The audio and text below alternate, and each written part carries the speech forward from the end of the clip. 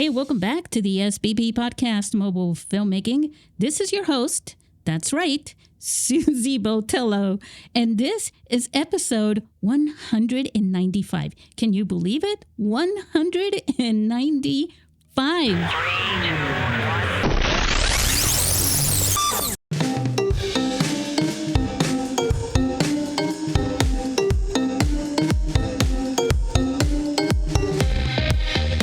We are Fade into Film.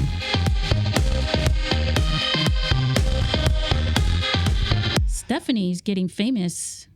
Is she doing Betty Crocker or something like that? Cake commercials? What is that? She does a lot of commercials. She's freaking famous. She's like baking cakes for families and all kinds of stuff and like very cinematic commercials. That's supposed to be her kid in that commercial. I know. I saw that. I thought that was cool. I was like, Stephanie, come to my house, bake me a cake. It looked really good. Steph can't cook, man. Yeah. I just thought it was pretty cool. So I just wanted to tell you to tell Stephanie congratulations. Give her a high five for me. Oh, yeah. No problem. Awesome. So, hey, guys, welcome back to the Fade into Film show. We're actually, obviously, we're not talking about Fade into Film, but just for a second here, Joey Min, how are you doing? Not too bad. Caught a flu. No. Kind of getting over it. Just one? A flu? Multiple in the past, 4 weeks. Yeah, you got to stop hanging around flu people. I know, right? I should have known. I picked up a friend. She was in the car, and she was picked her up from the airport. Oh, and she was just coughing. Yeah. And after, in a car, and it's a 30-minute ride, and I'm like, "Hey, man, are you sick?" No, it's just allergies. I'm like, okay. No, they're always lying. Lo and behold. Oh, that's my horrible. Voice, it doesn't sound like I can breathe or I speak that well. It's because of that. Really? All this time we've been congested or anything? No, you didn't. All this time I'm like, oh, maybe you do sound a little congested or not. I don't know. Very much so.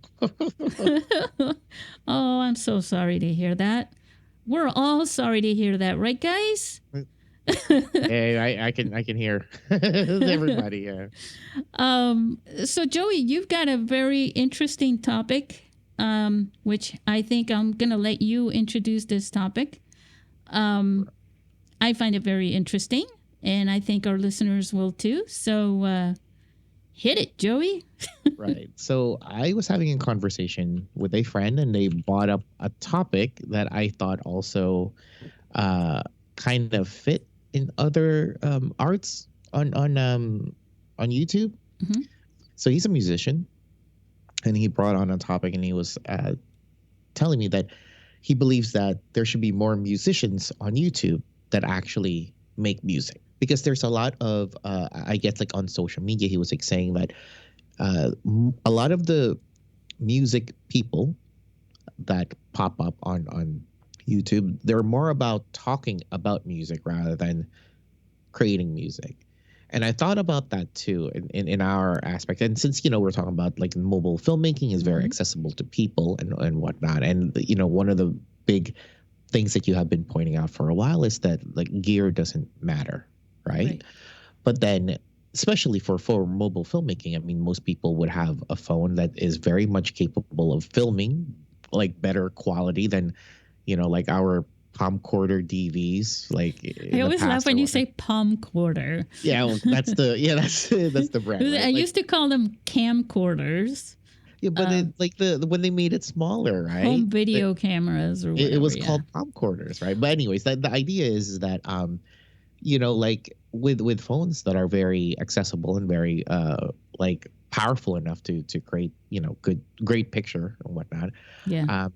It is kind of silly to talk about to have a filmmaker who says they make films on YouTube, but they just all they do is talk about gear, right? Which is, I mean, the thing is, absolutely, we need those people, right? It does help filmmakers know about technology and where they could move on to, but it's also obvious that definitely talking about a what do you call it, like Talking an about how to informational. make films is actually you're making videos at that point. Well, talking about films as Is not your, a film, it's not a, yeah, it's you're not right? really making a film, You're making a video. you're making videos, and Yeah. which is absolutely fine. But yeah, like but it's also because I understand, like, it's like niching down, right? It's like having people like going to a part, like if you're a filmmaker and say you do I don't know, like what's the, I guess, what's a very weird genre, not even a weird genre, like somebody just that just maybe the somebody that Like we just have makes experimental categories at the film festival, true, yeah, okay, yeah, and like, we so have what if they, music videos too. right? So like a very, like, say an experimental genre in filmmaking, and once you do that, and if you already know your audience is very limited, like, because it's a very, it's a type of flavor that needs to be tasted first to be enjoyed, then yeah, you're not going to get a lot of views, right? But a lot of people, obviously, now in this day and age, you go on YouTube and you make your film because you like your film, but it's very particular. You're not going to get a lot of people to watch it, and I think that ultimately, after a while, that does wear down on some people because they don't feel validated, like maybe my work isn't good, you know what I mean, because they're looking at numbers, and some of these people You just and kind of your go, imposter syndrome. yeah, Um, like, I yeah, with the imposter last week, right? Or like right? 6 months ago, yeah. Yeah, it feels like last week. No, the thing is, though, Joey, I think too that people. I'm trying to bring a little positive light here. The thing is that when you niche down, one of the things that happens is that you don't have that much competition. And when you are part of a broad system, right?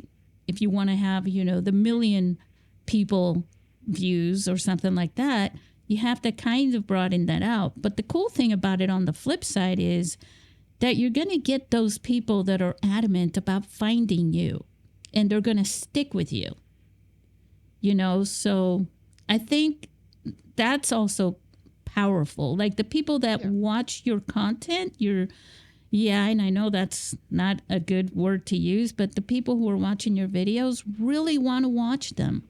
No, and I completely understand that, but obviously it's also the what do you call it, like the expectation that you might be, you might be the main uh co- main creator of a particular genre, but it's also the whole idea that maybe that's not there's not a lot of people in that's looking for that.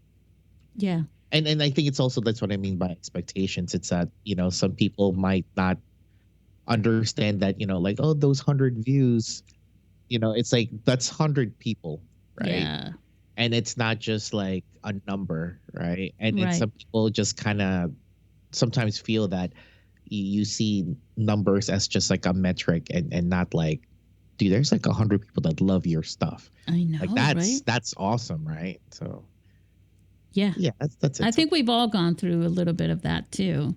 Of yeah, like, oh my God, 3 people like this. Like 3 people, I don't know who they are, especially on YouTube, right? Because they never tell you who they are. right. That's true. And I guess it's the compare, like, what is it? The comparison is the thief of joy. You see like you get like 100 views, but then you see somebody that's kind of like adjacent to the stuff that you do, but they're definitely, but it's not the same genre, and they get like, you know, 100,000 views, and you're like, okay, well, maybe my stuff isn't that, you know. Yeah, but you don't. Yeah. No, I mean, it's really that, right? So that's pretty much, I guess it's the idea that, okay, yeah, like maybe we would have a more like blooming community of filmmakers if it felt more accessible, or it felt more I don't even want to say it that, because like, because it's also part of managing your expectations. If if, like I said, if you make art films and that's all you do, and it caters to a specific type of taste, like, you should also be okay with the fact that, like, yeah, maybe, I don't know, like only 1% of the world likes my stuff, you know what I mean? Yep. So But let's say that we're gonna say, right, that YouTube, back in the day, YouTube was a container. I mean, it wasn't social like it is now. It wasn't like a big community of people just watching films, going to subscribe to watch other films and things like that. That wasn't really the game, right, for YouTube. It was more like, I mean, I used to get clients that would say, you know, how do I get my video onto my website, you know? And I would say YouTube, and they would say, yeah, but it doesn't seem like it's that easy, right? But that was really the easiest way to get your video onto another distribution space, like your website or your blog or something like that. Right now, a lot of people know that if you're on another platform and you share YouTube videos, they don't really like that, right? The algorithm will push them down. They'd rather you upload it straight there, which means that's not your film, right? That's just a clip most of the time for social media.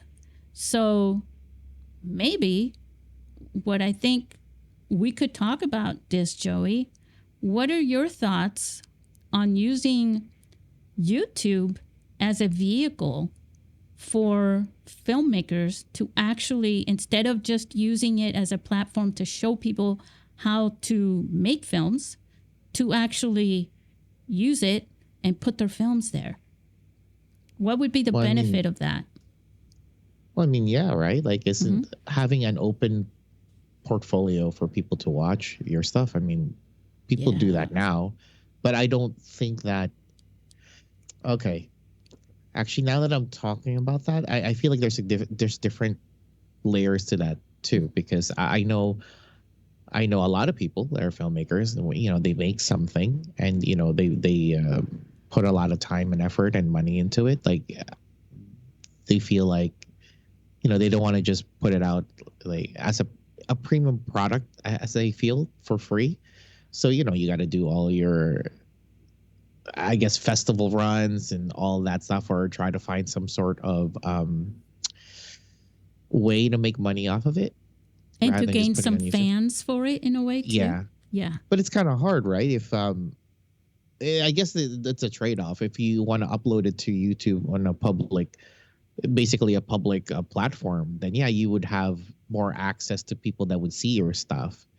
But you're not. But in trade, it wouldn't be consumed as a premium product in places that, you know, that would pay to watch it. I guess that's the thing. But at the same time, you know, it's a lot easier to, I don't want to say a lot easier, but I guess there's more chances to make more fans since you get more eyes on it. Yep. All right. So I guess, because you could get some fans through the film festival as well, yeah, right? That's true. And then through their word of mouth, right? That would expand your fanhood. Yes. So, hey, I saw this film at this film festival. It was fantastic. I loved it. And then you're connecting with these people on social media. Hey, when can I see your film? You know, I think one good thing to do is also make a trailer. Because I think that's just so vital. That's like, you know, your commercial almost, right? For your film. And, oh my God, this looks really great. When is it coming out? Where is it going to be, right? You get that conversation going. Right. Yeah, that's a thing too, right? So yeah, I guess I don't know. I guess I've always been a person that always promoted YouTube as a way for filmmakers. Like, hey, you know, do it this way, maybe. Because like I think, you know, obviously when I started, it's not that I had money to create something, a premium product. I guess it's for me to warrant keeping it under wraps and just going on a festival tour, because most my films back then wouldn't have been accepted to that type of thing. And the best I could have done was like a local film festival that was run by like a local high school. And I remember a long time ago too, actually, That's one of my first film festival. I actually made a film when I was like 19, like a feature film actually. Nice. It was a romantic, like action comedy or whatnot, and I submitted it to a film festival that was run locally, quite local at a high school, and I burned a DVD and everything of it. And we got there, and then like the DVD player wasn't working. It was actually like it was very disheartening actually. Like Aw. my film didn't play after like for like an hour or something because they couldn't get it to work, and it was like a very bad first experience for at a festival. But I guess it's that too, right? Like I think maybe that's the reason why I wanted to just kind of be able to control where I put it that way, or just have more people see it, because I don't think a romantic action comedy is that niche of a. Well, at that point in time, right? I guess this was like 2000, I don't know, 2004 or something. I don't even know when I made this.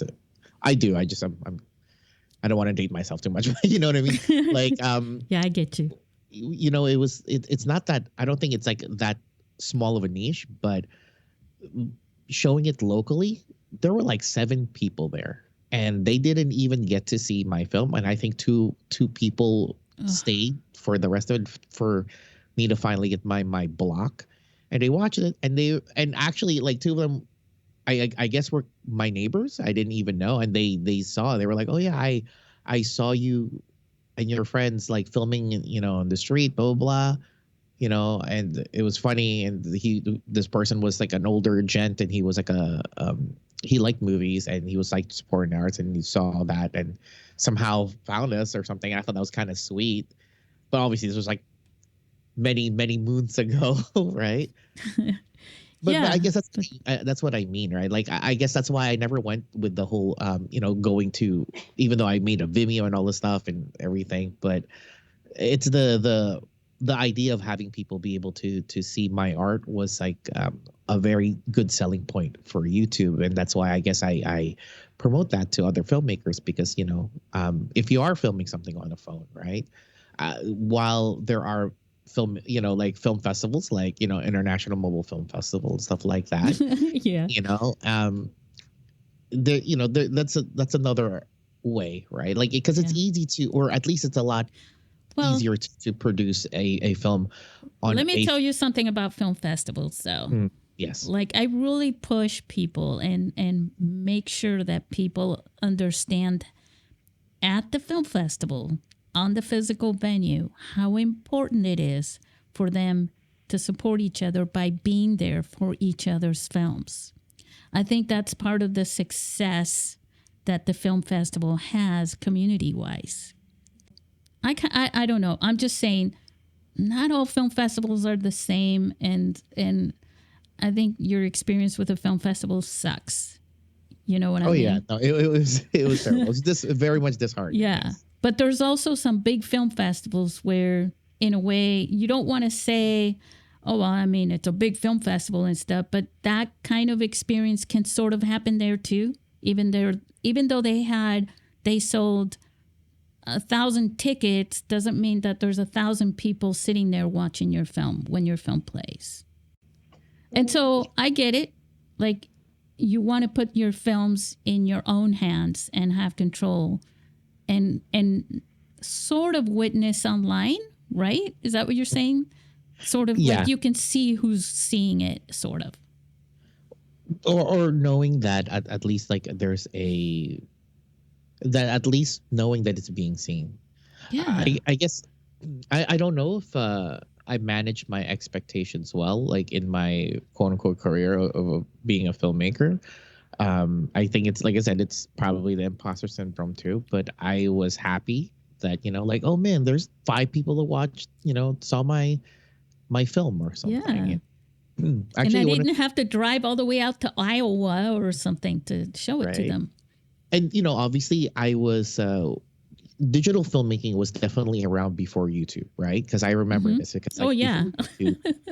because before YouTube, there was a site that was called my5minutes.com.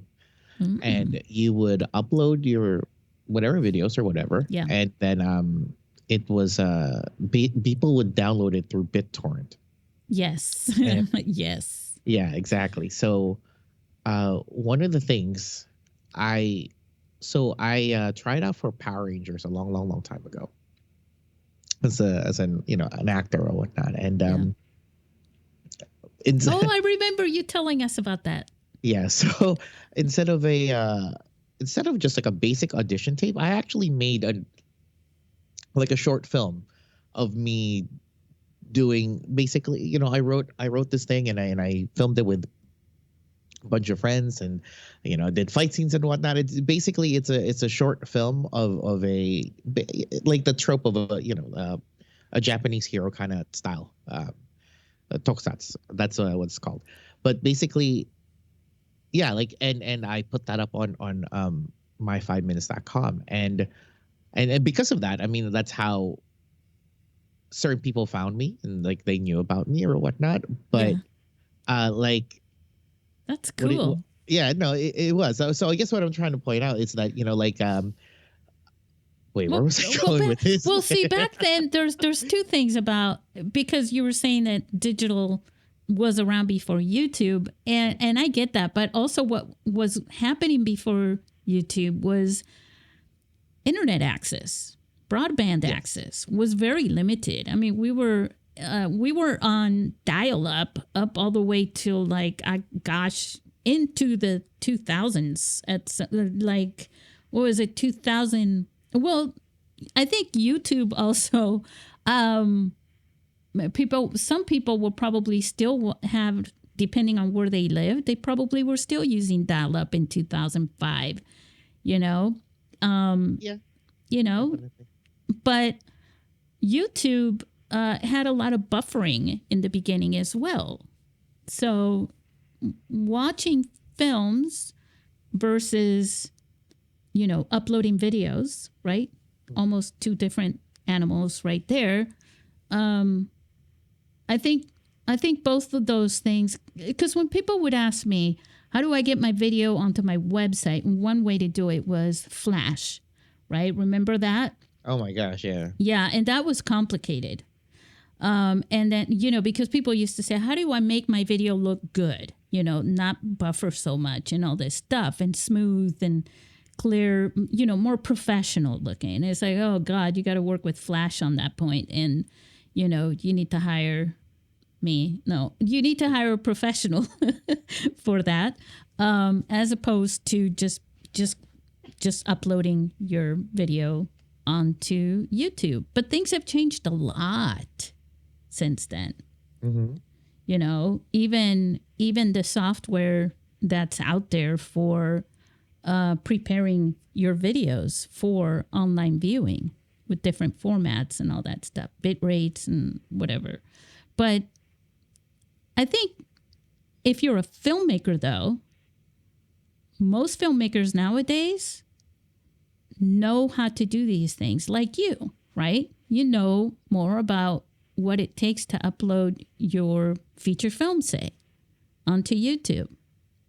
So, yes, there was digital media before that, and then YouTube came along, and then things got better. The internet got better, which is the other side of putting your videos online.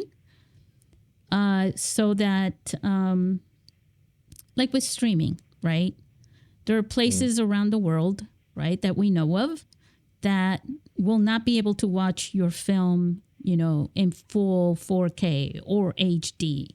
That's why you go to the settings sometimes, and it'll say, I think they still say 360, right? Or 240. Yes. 240, I think, is the lowest. Yeah.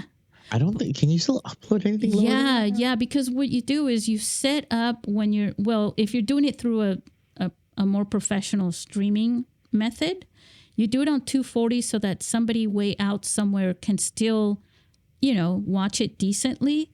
But you're going, I don't need to watch that in 240. No, but it's you upload it with 240, 360, 760, 1080.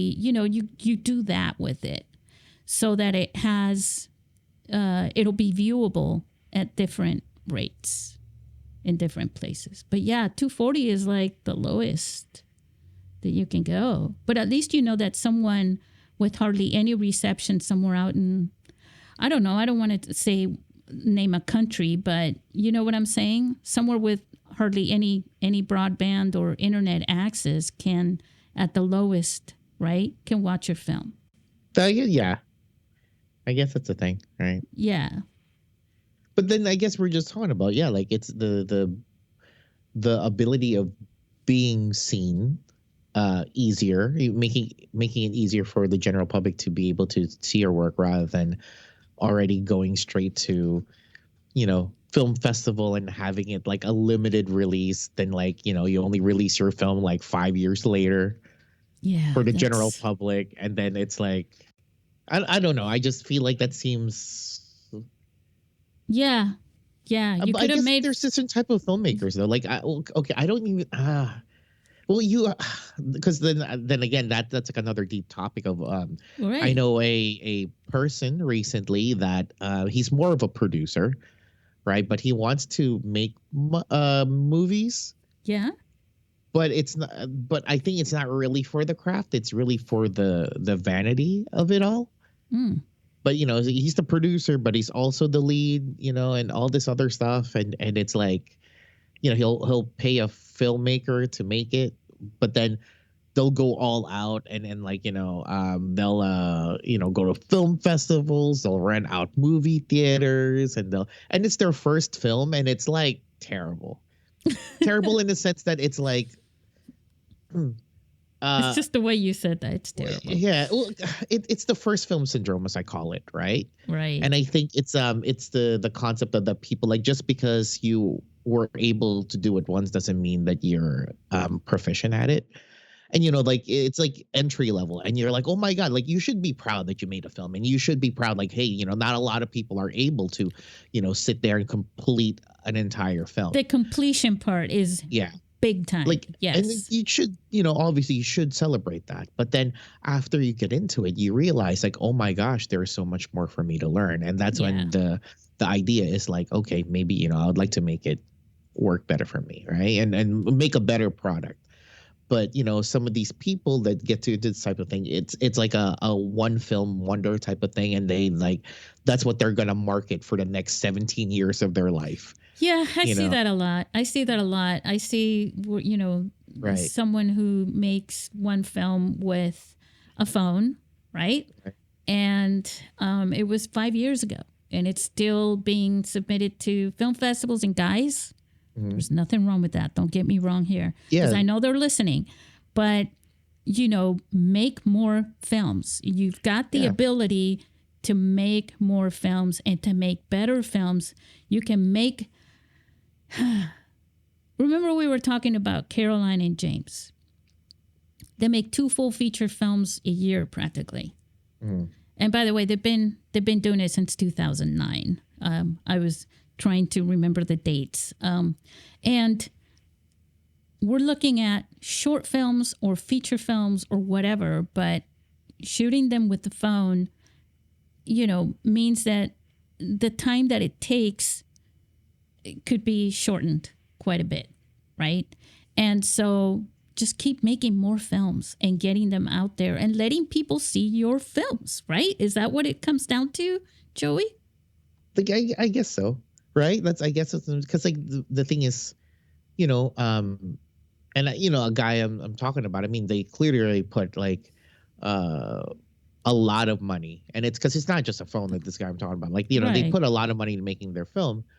But then they could have taken like a percentage of that and be like, instead of like I guess marketing it in the way that they're doing, like, man, you could have probably made another film at least and make it better and learn from the previous thing, right? So instead of just marketing this one movie, which I know he will, because it's been like, I don't know, like a year now or something, and it seems like he's gonna market this for the next 10 years, and he's not gonna make a good one. It's like. But see, that's whatever. kind of shooting yourself in the foot, right? Like if you like to sing, but you're not a good singer, going to the opera house and paying somebody to get you a gig at the opera house, and then going up there, you're kind of making a fool out of yourself. But now everybody knows who you are, So when you finally do learn from that, make another film, who's going to watch it when they just remember that you made a fool out of yourself? And I'm not saying people make fools out of themselves, but, you know, spending a lot of money to market a film is not something I would advise to someone unless it's a wonderful film and for some reason you're having a hard time finding people to say, that's a wonderful film. I want it here. You know what I'm saying? I mean, but that's why I'm also kind of torn. But because like I said, I think it's amazing that, you know, someone is able to finish a film, period, right? Yeah. And you should celebrate. But I guess at that point, I guess that's when you decide if this is like your the one thing that you're just gonna market for the rest of your filmmaker career life, or you're going to, or are you driven to make another one, right? I think you really need to make as many films as possible, you know, and I really believe that because I know how the imagination works because I have one. And Yeah. I know that you can take, you know, I was just thinking about this the other day, Joey. Mhm. You can have a great story and not make such a great film from that story. Oh yeah, yeah. But you can have a little story about the, you know, I reached for the lemon on the tree and it rolled down the hill, right? Mhm. And make a great story from that. And I think that, you know, yes, story is everything, but it's how it's in the process, right? It's how you tell the story. Yeah. As well. Yeah. And I think it's the same thing with making films. It's not about the gear that you have, the big camera that you have, how much money you spent on this stuff. It's about the process of bringing everything that you know you can bring together or that you can find, right? If you get a crew, if you finally have a crew, you know, you've got someone to run audio, you got an editor, you got actors, you got a camera person, you've got a director, you've got, you know, all these things. If they can work good together, you know, and take that little story and make it awesome, it's not about the money you spent on it. It's about that process. And that process really depends on all of its parts. You know, like who cares that you have a Porsche? If one part of that engine isn't working, it's not going anywhere. You know? Mm-hmm. And I think No, I can get it. I think that's part of the thing that we get distracted with. Buy this, buy that. You got to have this. You got to have that. You know, you go to YouTube and you have all these filmmakers who are advising you on how to make a film. Right, Joey? I think so. And I think so. and you've got this fog over you, right? Where it's like, clear the fog and just take any story. You can make it wonderful if you just work on the process. And I think part of that process really is about getting a good little family together, you know, your team, a family, putting those people together that will break their necks, not literally, guys, don't break your neck to make a movie, but, you know, you will go all out and you're passionate about creating this film.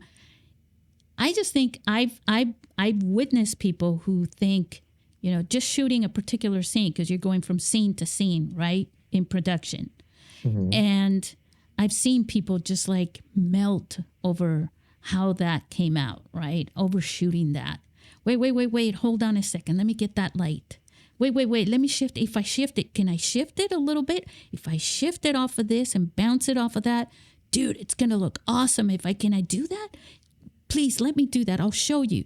You know, people get excited during production about what they're going to capture and how, you know, the anticipation of what it's going to look like, you know, once it goes through post-production. I mean, I'm like bouncing up and down on my chair right now just talking about it because it's exciting. Filmmaking is very exciting. And if you put all your eggs in this one basket, you don't get to have that. You don't get to experience that over and over again. And if you think having fun with one film is awesome, and you love the experience, just wait till you make your next film. You know, do it again and again, and have that group of people that you worked so well with become tighter and tighter, tight knit, you know, so that you become closer and closer, and you learn the process from each other, and you learn, you know, as a director, Joey, people will know this is how you work. This is how you like to see things. You kind of have a theme, right, around the way that you direct. I think I'm going on. Sorry. Yeah. It's okay. But yeah, but I guess also the whole thing is that I'd like to see more people continue the way they learn. Like, yeah, because it's definitely not about gear, but but a lot of it is also definitely on you as a filmmaker, like the techniques that you build on your own. So you have to be your own best gear, I guess. If like, while like the external gears ultimately aren't that important, it's like all of the stuff that makes you as a filmmaker is, and that doesn't just happen on your first film. Because like maybe you could be a natural born filmmaker, but you know, if you already are a natural born filmmaker, think about how great your 10th film would be if you just keep going at it, right? So yeah, I guess that's what it was. I love to see more people making films on YouTube. Like I get it, it's cool. You know you are getting paid by, I don't know, whatever brand, and you're going off to Dubai, and you have like all of the drones and all the cameras in the world, and you're doing all these like B-roll shots. Like, well, can you show me how that works? Like, can you tell a show story you the about context that's in, right? Because like even then, like, you know, at least those people that used to do that or did that, like it was like B-roll, but then they made it into their, I don't know, like vlog, like their vlog videos. Sorry, like their travel vlogs, which has higher production. At least that has like some of a narrative piece. That's the key right there. Some sort of narrative. Yep. Right. Yeah. Because that's part of a story. Right. You know. Yeah. What's a sweeping vista of like, you know, the Swiss Alps, like, has anything to do with your video? If it doesn't, you know, that's why I guess it's a lot easier if you think about it. Like, oh, this is how you get a great shot for, you know, the cinematic shot. Here's a drone. Here's this big, you know, a big shot of like this. It's like when you're making a montage. Yeah, it's just a montage, right? Yeah, like, but even a montage has. Yeah. Sorry. Yeah. Sorry. I wanted to. I remembered another friend of mine back a long time ago. He was explaining in art school, like how, you know, this guy's a painter, right? So he's making like this, you know, as good as a painter how he was back then or something. Somebody in his class came in with a collage. Like they cut out stuff. And I guess in a weird way, like both, like, okay, that's kind of, they're both art. Funny.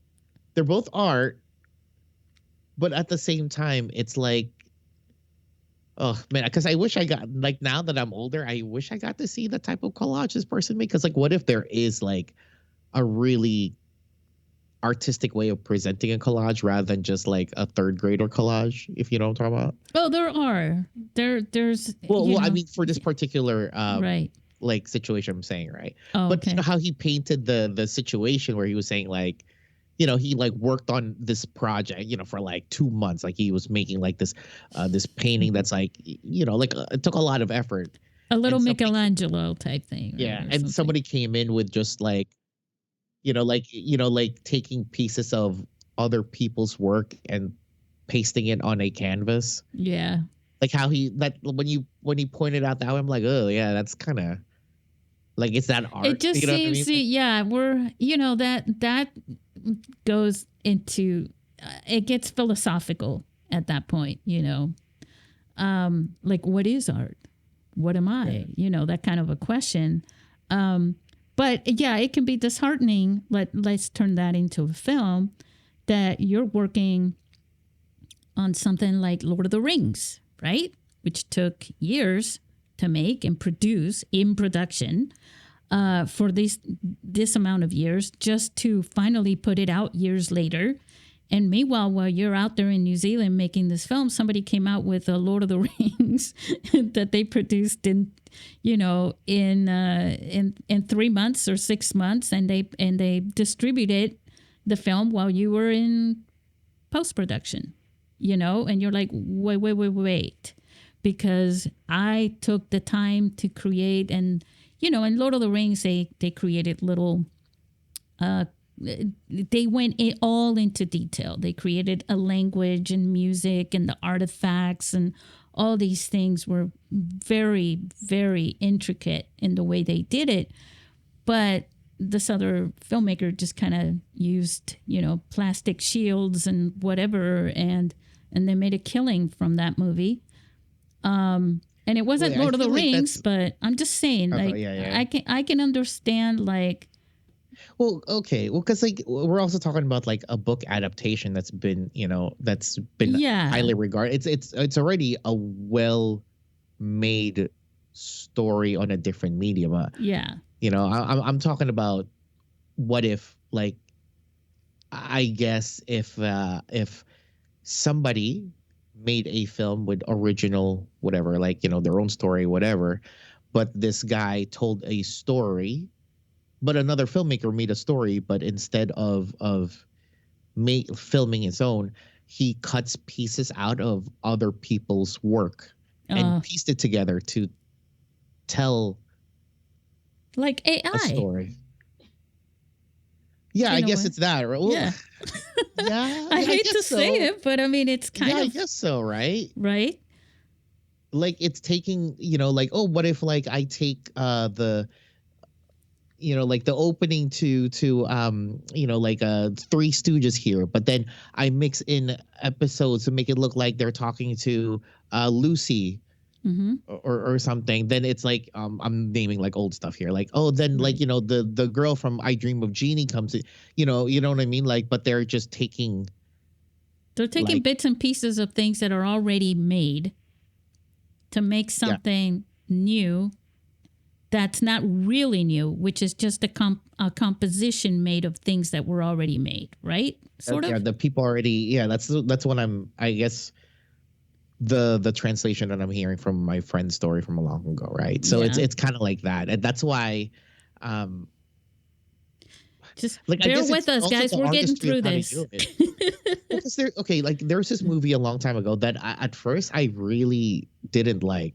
Because I had to stick up my ass, but this movie called like Kung Pao, and it's the film in the early 2000s. Like at first I didn't like it when I first saw it. I'm like, oh, this is really stupid, because like they're taking an old film, but the artistry of it's like creating a new story, and then the character Odekirk, Steve Odekirk, he green screened himself into the movie, right? But it's actually, the thing is the artistry of it and like the mastery of it too. It was like really well done. Yeah. At first I didn't like it because like I knew of the movie, but then again, it's a comedy. Then I guess something happened and I was like, oh my God, this movie is really funny. And I just took the stick out of my ass and actually watched it again. Like, because I watched it in the movie theater and I didn't like it the first time. Then something happened later on in the movie that caught me off guard and made me laugh out loud so hard that I finally realized I'm being just like a snob. So I actually bought another ticket, watched it again, and I enjoyed it. And it's like one of my favorite films, right? So that's also kind of what I mean too. Like, it's taking a previous work, inserting himself in it. He like, Frankenstein the story to tell another story, but he also filmed like extra scenes to make the story work. So the artist, like I said, the artistry is there. So it's not very close to what I'm like kind of explaining. But then again, I guess that's what I mean. If someone could present a collage in a new like way where it's like a lot more effort than just cutting things out and pasting it on a canvas, right? Then I don't know. I think it's because art is so subjective, is why it's really that too. Yeah, we're all over this because it is very subjective, and it's very hard on people to say, go from the perspective of, again, process, right?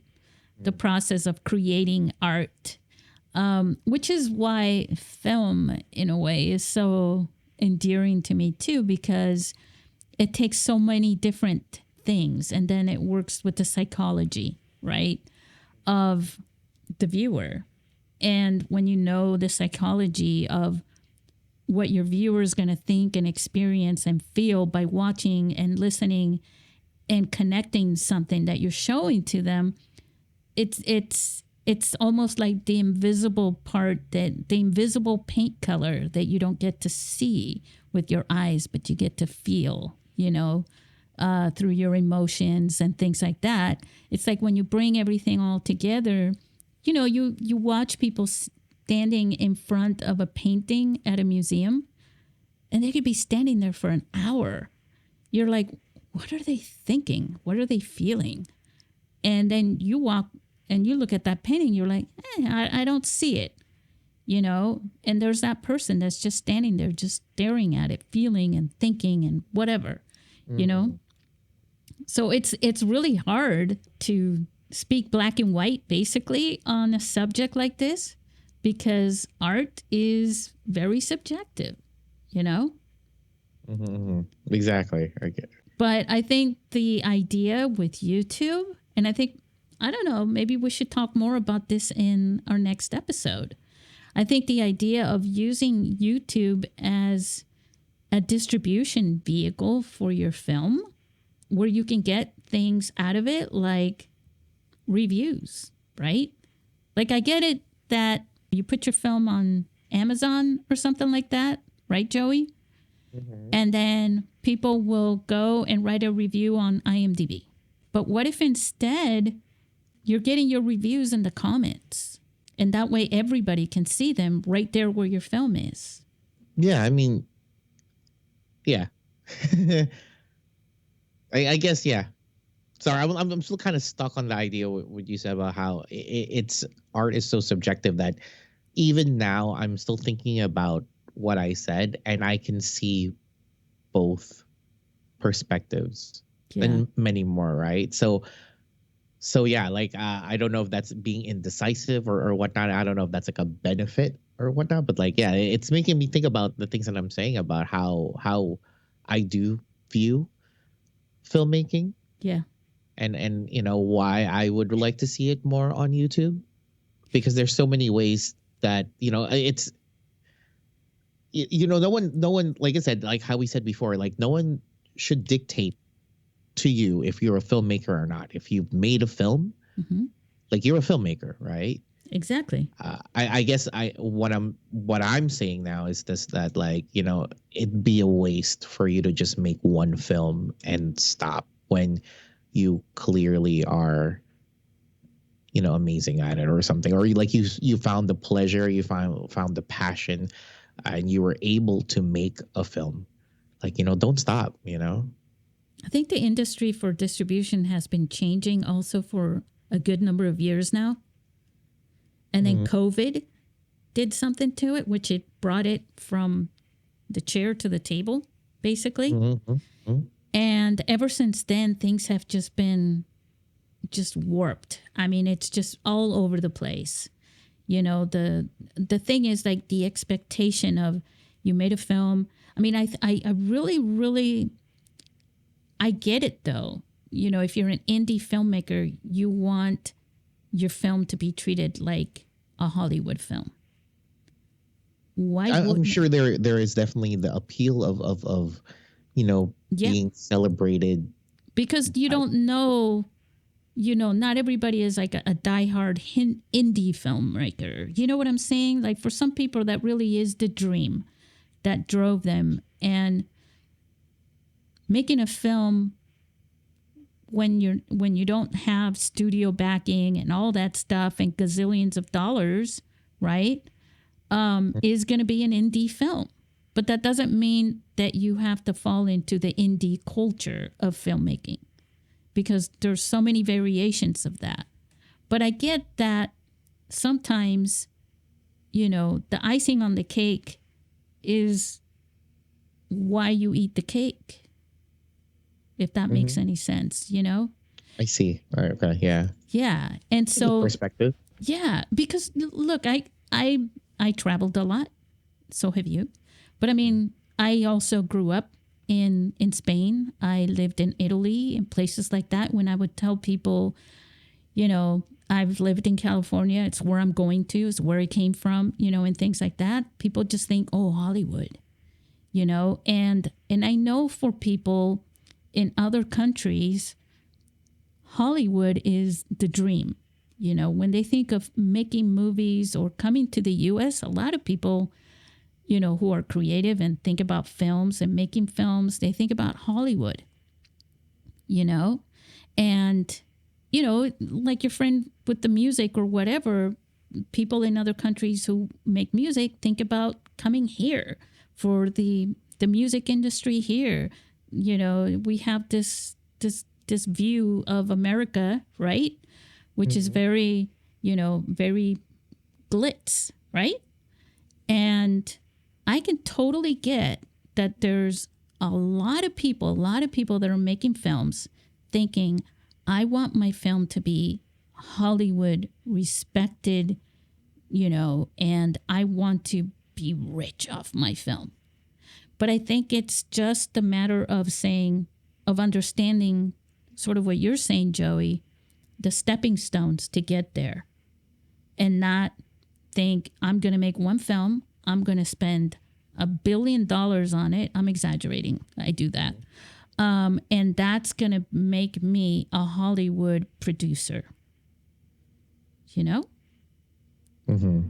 And I think that's a little too far for some people. And I'm not one to say what's realistic or not.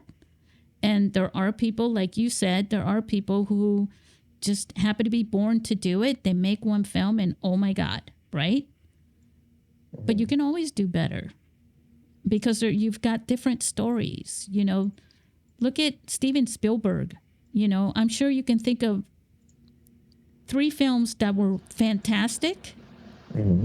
And you could probably also think of 3 other films that you didn't really care for. Exactly. Yeah. Right. Yeah. No, I think that's really what it is, I guess. Yeah. It's just one of those things. I guess when we're talking about it, it makes me think, like, past whatever that we're saying. There's a lot more views. There's a lot more perceptions surrounding what we're talking about. That's why maybe I wasn't very gung ho in a particular perspective, because I can see very many different ways about this. But yeah. But I think for everyone who's listening that has traveled with us through this, can kind of, you guys probably have a perspective on this as well. And the thing that we don't want to do is to discourage you and tell you, oh, you got to do it this way or you got to do it that way. I just think sometimes it's about opening your mind into the choices that are available to you guys right now that weren't available way back when, right? Mm-hmm, mm-hmm. Starting with the fact that you can start using your smartphone camera as a stepping stone, as a vehicle, or maybe that's where you end up. You know, if you're traveling through your indie filmmaking career with a phone, just remember it's also growing in quality. You know, the film that you could make with an iPhone 4 is, you know, yes, you can make the same film with an iPhone 15 Pro or the 16, but the technology and the hardware and the abilities and the quality of what you can do with a 15 Pro Max compared to the iPhone 4 or iPhone 4S or whatever are going to be different, you know, and those things are connected to your idea of how cool you can make this story, right? From a technical process and standpoint. Like, for example, look back then when with the iPhone 4, you know, the app Filmic Pro, the pioneer of camera apps, it wasn't around back then. You know, the ability to, you know, do audio from a phone, without plugging in something and then have that. I mean, the capability wasn't really there. A lot of the first videos that I ran into back in 2009, 2010 were, well, more 2010, because I think that the iPhone 4 kind of opened up the mobile filmmaking thing. but music videos, because you didn't have to record the audio on the phone. Mm-hmm. You know, you would record really cool little clips of things and then bring them together with some effects, right? Through, you know, photos and vintagey apps and things like that. And you would bring them into, you know, iMovie or whatever, and you would add the audio track to it and make music videos. Oh, nice. Yeah. Yeah. You know, and so things have changed a lot, you know, and so I'm not saying also 100% that video, you know, films made with a phone is a stepping stone per se, because it's you who are making that walk. It's you in that process. You could be growing as a filmmaker alongside with the technology that mobile filmmaking is. Mm-hmm. You know, we know that you can make pretty awesome feature-length films. And if you want to make a fantastic feature film, I'm not going to argue with Joey about this. Mm-hmm. Yeah. But if you want to make a fantastic film that will get the eyes that you want onto your films, you can do it. You can do it. You have the capability. It's going to take a lot of work. It's going to take a higher budget. It's going to take a lot of different elements that you weren't thinking about with a mobile film, like from actors to stories to lighting to all sorts of things. But you can do it.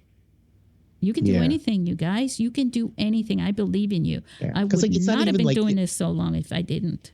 Yeah, because like it's not even like, you know, like obviously like the skill level could like you know, the phone could teach it. Like who the guy that was the DP for Top Gun Maverick, right? And that's like you know, if you watch it, like the actual cinematography of that thing is like amazing. Yes. I'm pretty sure he's making a movie right now with the phone, with an iPhone.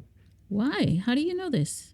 I mean, I remember seeing a like a video like on YouTube like within this year, and I forgot what it was. I think his name is Claudio Miranda, and yeah, he's making a film on an iPhone, and I remember seeing like, you know, clips of it and whatnot. And like I said, he's a DP for like Top Gun Maverick, and it looks amazing. Obviously, he's putting a lot of the knowledge of you know, being a veteran filmmaker, you know, in Hollywood, you know, with all of the lighting and stuff like that. But you know, I remember actually I wanted to present that to you, and I wanted you to watch it because there's a lot. What if I can remember what he talked about, why he chose to make his film. Because he was listening to our podcast. No, I'm just kidding. Yeah, I'm sure the DP for Top. I mean, there's only one. Yeah, like I mean, because it is. I mean, if anything, that shows. Like I remember seeing some of the shots that he has, and it looks gorgeous on an iPhone. And you know, and all it is, like, you know, I remember him explain like, yeah, like it's there. You know, obviously you just need to put in all the other technical. He probably knowledge. did log capture and all that. Oh yeah. No, he. That's one of the things that he definitely said, that he's using the log on it to be able to you know, color it after it on his own, and you know, whatever. But you know, which is one thing. And you know, obviously, if you're a beginner filmmaker, like honestly, you don't even have to worry about that. You know. Well, yeah, because somebody else will do it for you, but still. but yeah, that's really it. So yeah, I think that's pretty cool. Okay. That's something we should definitely. I would definitely like to look into that. But what was his excuse, really? What was his reasoning? I don't remember. I have to look for it. I'm so intrigued right now. Because I know he did a lot of. He also did a lot for Apple when they were like, oh, this a lot of the commercials that was shot on an iPhone. That was him. That he did a lot of. Did he do the ones in the snow or something? No, that's actually an action director. Oh, okay. The one where the kids were doing that's like an action director actually. That was like 100 years ago. It feels like too. Yeah. Like 2 years ago, last year. No, that one was done years ago. The one with the kids in the snow and all that stuff. That's the one I can't believe I forgot the guy's name that did that, because that's definitely in my field. But Oh, I can't believe I forgot anybody's name. I'm horrible. Unless you're a mobile filmmaker. right. But anyways, yeah, like Yeah. if I find it, dude, I'll definitely send it to you. And because okay, can I propose a topic for a future episode right now? Well, like, How about audience for are the listening? next one? Yeah, okay. How about this then? Because I am a relatively, I don't know the history of this. And like, Susie, you are clearly, one of like the major voices for mobile filmmaking. Like, can you? I'm an Like, I think it'd be advocate. an advocate. Okay, well, let's say this, right? Could you, for the next episode, give me a history breakdown on when? Because like you were mentioning this earlier, but when it became actually viable to start making mobile films. And you said it was the iPhone 4. Mm-hmm. I'm not gonna so let's, whatever information that you have, I want you to save it. But I think for me, as a person that doesn't know the history of mobile filmmaking, I think that's really cool if you were able to, catch me up on it and give me like a history lesson for our next episode. All right. Okay. I think that's pretty cool, right? Yeah. I mean, Like, look. why specifically iPhone 4? Don't answer that. But like, I think that's like a really cool question to know. Why? Like, I got an idea. what's up? Why don't we use this as one of our Patreon episodes? Oh, okay. There we go. Let's go ahead and do this and share this with our listeners. If you'd like to follow along with this, join us on Patreon. So say goodbye to our listeners for this episode. Joey? All right, guys. I'll see you in the next on one. Patreon. I'll see you on Patreon, I guess.